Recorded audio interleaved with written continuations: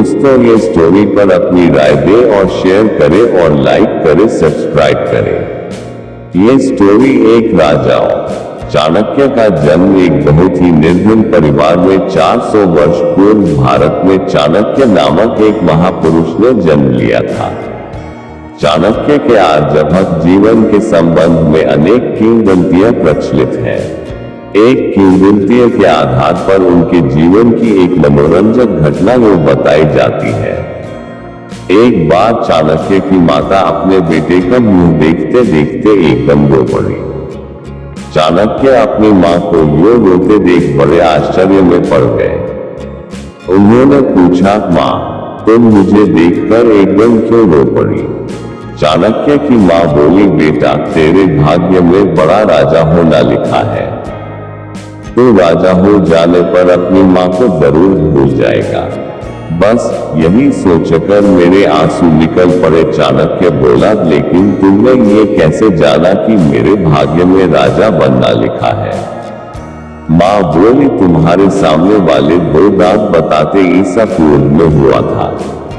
उनका स्वभाव बचपन से ही बहुत उग्र था, इसलिए उन्हें कौटिल्य के नाम से भी जाना जाता है तथा उन्हें विष्णुगुप्त के नाम से भी जाना जाता था। चाणक्य ने उस समय के महान शिक्षा के केंद्र में शिक्षा ग्रहण की थी। उनका रंग काला था तथा रूप के बदसूरत थे। ईसा के जन्म से कोई 400 वर्ष पूर्व भारत में चाणक्य नामक एक महापुरुष ने जन्म लिया था। चाणक्य के आर्यभट्ट जीवन के संबंध में अनेक किंवदंतियां प्रचलित हैं। एक किंवदंती के आधार पर उनके जीवन की एक मनोरंजक घटना वो बताई जाती है। एक बार चाणक्य की माता अपने बेटे का मुंह देखते देखते एकदम रो पड़ी। चाणक्य अपनी मां को यूं रोते देख बड़े आश्चर्य में पड़ गए। उन्होंने पूछा, मां तुम मुझे देखकर एकदम क्यों रो पड़ी? चाणक्य की मां बोली, बेटा तेरे भाग्य में बड़ा राजा होना लिखा है। तू राजा हो जाने पर अपनी मां को जरूर भूल जाएगा। बस यही सोचकर मेरे आंसू निकल पड़े। चाणक्य बोला, लेकिन तुमने ये कैसे जाना कि मेरे भाग्य में राजा बनना लिखा है? मां बोली, तुम्हारे सामने वाले दो दांत बताते हैं कि तुम राजा बनोगे। चाणक्य ने बाहर जाकर एक पत्थर उठाया और अपने दोनों दांत तोड़कर फेंक दिए। लौटकर बोला, लो मां मैं अपने राज लक्षण वाले दोनों दांत तोड़ आया हूं। अब न मैं राजा बनूंगा और न तुम्हें छोड़कर जाऊंगा। तुम्हारी ममता के सामने संसार की सभी चीजें तुच्छ है। इस कथा से पता चलता है कि वे कितने कोमल मन के थे। चाणक्य तक्षशिला के एक विद्वान ब्राह्मण थे। तक्षशिला उन दिनों सभी प्रकार की विद्याओं का केंद्र था। तक्षशिला के समान ही उस जमाने में मगध की राजधानी पाटलिपुत्र भी शिक्षा का प्रसिद्ध केंद्र था। तक्षशिला में अपना अध्ययन पूरा करके चाणक्य पाटलिपुत्र में और अध्ययन के लिए आ गए। उस समय मगध के सिंहासन पर घनानंद नामक राजा बैठा था। घनानंद जाति का शूद्र था। वह बड़ा लोभी था और उसने प्रजा पर बहुत ज्यादा कर लगाकर अपने खजाने में बड़ा धन इकट्ठा कर लिया था। किंतु जिस समय चाणक्य पाटलिपुत्र पहुंचे उस समय तक घनानंद के स्वभाव में बड़ा अंतर आ चुका था। दान बांटने के लिए उसने एक दानशाला खोल दी थी और उसके प्रबंध के लिए एक समिति बना दी थी। इसका अध्यक्ष कोई ब्राह्मण होता था। यह नियम बना दिया था कि समिति का अध्यक्ष 1 करोड़ मुद्रा तक का दान किसी को भी दे सकता है। चाणक्य विद्वान तो थे ही, अतः शीघ्र ही उनकी योग्यता और विद्वता का सिक्का पाटलिपुत्र में भी जम गया। उन्हें दानशाला प्रबंध समिति का अध्यक्ष नियुक्त कर दिया गया। चाणक्य जहां विद्वान और अनोखी प्रतिभा वाले थे, वहां उनके साथ एक कठिनाई भी थी। वो बहुत ही बदसूरत और रंग के बिल्कुल काले थे। भाग्य की बात कि एक दिन घनानंद ने अपने दरबार में चाणक्य को बुलाया। इससे पहले उसने उन्हें देखा नहीं था। चाणक्य की सूरत देखते ही राजा को क्रोध चढ़ आया और उसने आज्ञा दी कि चाणक्य को दरबार से बाहर किया जाए।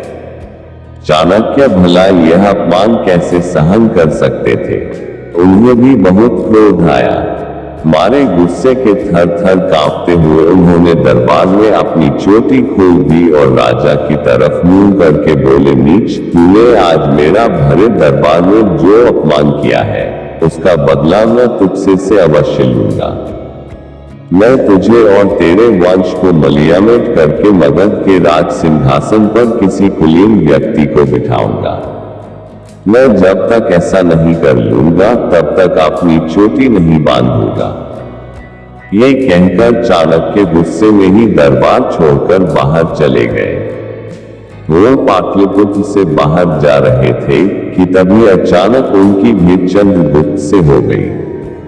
यही चंद्रगुप्त बाद में चंद्रगुप्त मौर्य के नाम से इतिहास में प्रसिद्ध हुए। चंद्रगुप्त को देखकर चाणक्य को लगा कि उसमें सचमुच ही राजा बनने के सारे लक्षण हैं।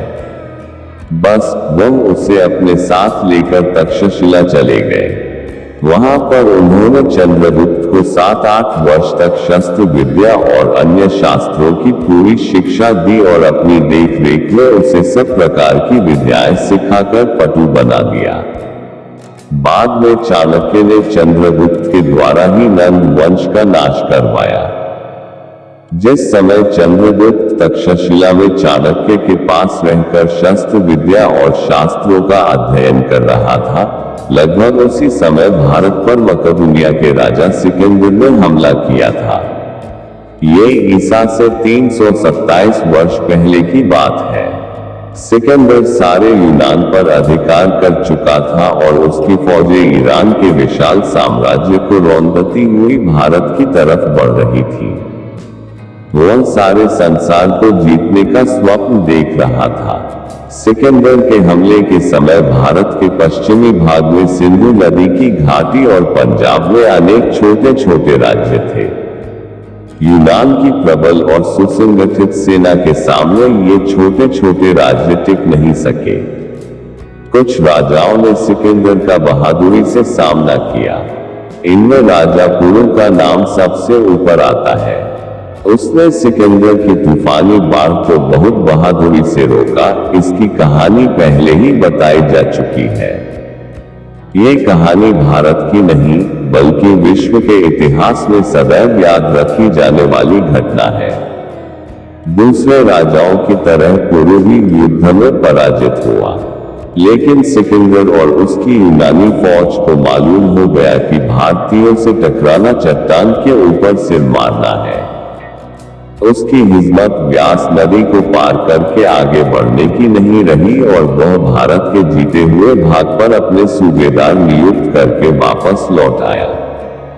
चाणक्य और चंद्रगुप्त दोनों ने देखा कि किस तरह आपसी फूट के कारण भारत के पश्चिमी भाग पर यूनानियों का शासन स्थापित हो गया है। सिकंदर के लौट जाने पर चाणक्य ने देश को यूनानी शासन से मुक्त करवाने का बीड़ा उठाया। उसकी दृष्टि में विदेशी शासन सबसे बड़ी बुराई थी, अतः उसने चंद्रगुप्त को आगे कर पंजाब में एक छोटी मोटी सेना एकत्र की और उसको इस सेना का सेनापति बनाया। चंद्रगुप्त के हाथ मजबूत करने के लिए चाणक्य ने पंजाब के कुछ पहाड़ी राजाओं को भी अपने साथ मिला लिया। चाणक्य की बुद्धि और चंद्रगुप्त के युद्ध कौशल के मिलने का ही फल था कि सिकंदर के हमले के 3 वर्ष के अंदर ही भारत भूमि से यूनानियों का सफाया हो गया और विदेशी शासन का निशान तक नहीं रहा। इसके बाद चाणक्य ने अपना ध्यान मगध की ओर किया। उन्हें अपनी प्रतिज्ञा अभी तक याद थी। वे नंद वंश का नाश करके चंद्रगुप्त को गद्दी पर बिठाने की योजना बनाने में लग गए। चाणक्य ने अपनी कूटनीति द्वारा राजा नंद के विरुद्ध में एक षड्यंत्र रचा और अपने बुद्धि बल से उन्होंने इस षड्यंत्र को सफल बनाया। कूटनीति के सभी दांव लगाकर उन्होंने अंत में नंद वंश का विनाश करने की अपनी प्रतिज्ञा पूर्ण की। उन्होंने चंद्रगुप्त को न केवल मगध के सिंहासन पर ही बिठाया बल्कि बाद में मगध के साम्राज्य को फैलाने में भी उसकी बराबर सहायता की। चाणक्य निस्संदेह त्यागी थे। उन्होंने कभी भी महलों में रहना स्वीकार नहीं किया। चंद्रगुप्त जैसे महाप्रतापी सम्राट के प्रधानमंत्री होकर भी वे कुटिया में ही रहते थे, सादा खाना खाते थे और सादा वस्त्र पहनते थे। सारे साम्राज्य पर उनका हुक्म चलता था। चंद्रगुप्त स्वयं उनके सामने सिर झुकाकर खड़ा होता था। चाणक्य के समय भारत में दो प्रकार की राज्य प्रणालियां थी, राजतंत्र और गणतंत्र। उस समय भारत में जो गणतंत्र थे उनका राज्यकाल आजकल के गणतंत्रों की तरह प्रजा के चुने हुए प्रतिनिधियों द्वारा नहीं होता था। वो तो एक विशेष वंश में उत्पन्न लोगों के प्रतिनिधियों का तंत्र था। चाणक्य की सजमती में इन छोटे छोटे गणतंत्रों की तुलना में राजतंत्रों यानी राजा का शासन कहीं अधिक श्रेयस्कर था। इसीलिए उन्होंने अपने समय के छोटे छोटे गणतंत्रों को मिलाकर एक राजा की अधीनता स्वीकार करने की सजमती दी। चाणक्य के मत में राजा का आदर्श प्रजा के पालन व कल्याण की चिंता करना होना चाहिए। वही राजा अच्छा है जो प्रजा के सुख के आगे अपने सुख की परवाह न करे। प्रजा के सुखी होने में ही उसका अपना हित है। उन्होंने ये भी लिखा है कि राजा की आज्ञा के सामने वेद और धर्मशास्त्रों में दी गई हिदायतें तुच्छ है। राजधर्म, मंत्रियों की परिषद, राज्य व्यवस्था, राज्य के अर्थ की व्यवस्था, न्याय आदि विषयों पर चाणक्य ने अपने अर्थशास्त्र में बहुत विस्तार से लिखा है। यहाँ पर ऊपर कही गई इस बात को दोहरा देना काफी होगा कि राजा का हित प्रजा में है और यदि प्रजा सुखी है तो राजा भी सुखी रहेगा। चाणक्य की समिति में तलाक और विधवा विवाह की प्रथाएं धर्म सजमत है। उन्होंने इनका समर्थन किया है। चाणक्य ने अपनी बुद्धि के चमत्कार से यूनानी शासकों को निकाल बाहर किया। साथ ही उन्होंने छोटे छोटे राज्यों को मिलाकर एक विशाल भारतीय साम्राज्य की नींव डलवाई। दोस्तों, कैसी लगी ये कहानी? उम्मीद करता हूँ आपने ये सीख स्टोरी कहानी पूरी पढ़ी होगी और आपको इस कहानी से जरूर कुछ सीखने को मिला होगा। ऐसी ही नई नई कहानियां मैं हर दिन इस YouTube चैनल पर डालता हूं, जिसे आप हमारे YouTube चैनल ग्रुप से जुड़कर हर दिन पढ़ सकते हैं। सब्सक्राइब करें, लाइक, शेयर एंड कमेंट करें। धन्यवाद।